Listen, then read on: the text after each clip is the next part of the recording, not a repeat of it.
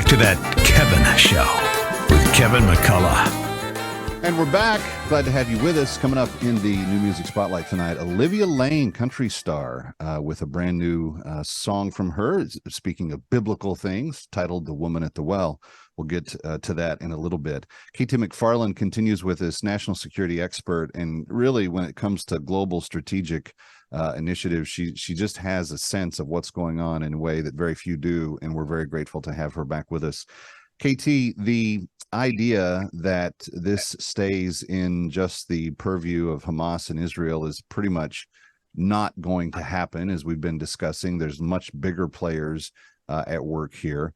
What does this do to U.S. foreign policy, particularly as it impacts the Ukraine situation, particularly as it impacts what I've deemed the present-day axis of evil, China, Russia, Iran, and North Korea? What should be done by way of messaging from not only the administration that's in power now, but people that are running for office in 2024, from your perspective? Everybody needs to start talking about this. You know, politicians don't like to talk about foreign policy. They like to talk about economic policy, you know, your checkbook, and, you know, those are what win and lose elections. But the reason this is so important is America, the world is looking. America and Israel, we've had a strong bond and alliance from the very beginning. And if the United States backs away from Israel, backs off, slow walks, then I think the world says, wait a minute, who is America anymore? You won't even support your strongest ally in their biggest moment of need.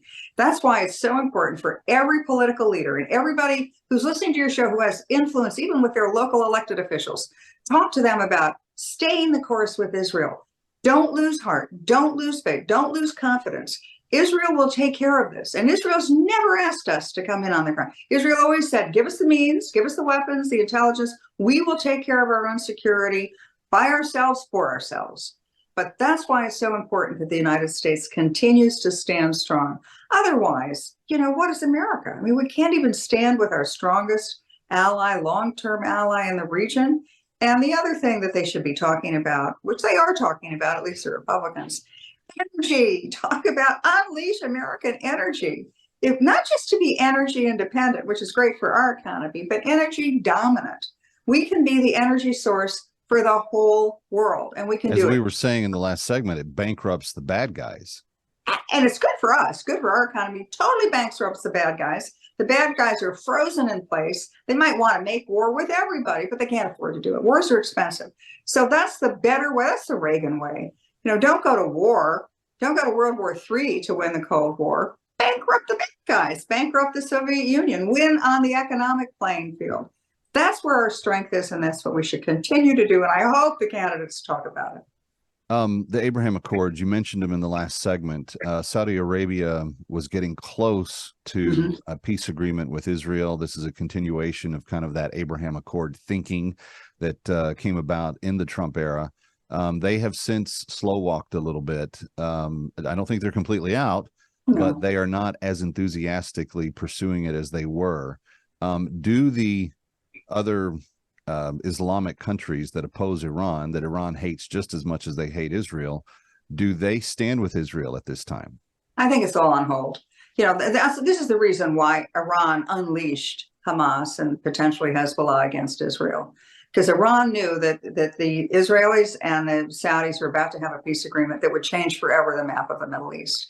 That Israel and Arabs would have peace, not just peace in the sense of not fighting, but economic cooperation, an economic trade zone. And that would keep Iran out of the picture. Iran would be finished. And then Iran had to look at this and say, well, you know, if the next president comes in and stops Biden's war on American fossil fuels and drives the price of oil down, not only are we out in the cold in the sense of an Arab-Israeli peace that doesn't include us, but we're also out in the cold in the sense of economically. We can't feed our people. So that's why Iran moved very quickly to try to sabotage this. Now, are these peace deals done, dead?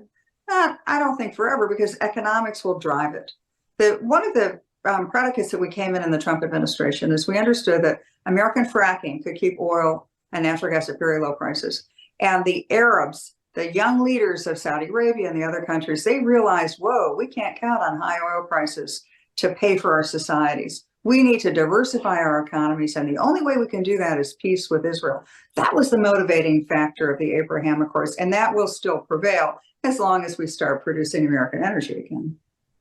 Which, again, goes back to the campaign trail. The candidates need to be making this point. Katie, you have made it extremely clear over the last year with my audience, and I'm grateful for your time to do that. But I feel like it's not gotten through to the upper echelon of the candidates yet. Maybe it will. Maybe the times have demanded it now. Katie McFarland, always appreciate your time and your input. Thank you. It's always an honor and a pleasure for me, Kevin. We have an amazing, full-throated, high-level conversation, and I appreciate it. You got it. All right, we've got a big show yet to come here on That Kevin Show. Don't go away. Ready or not, we'll be right back. That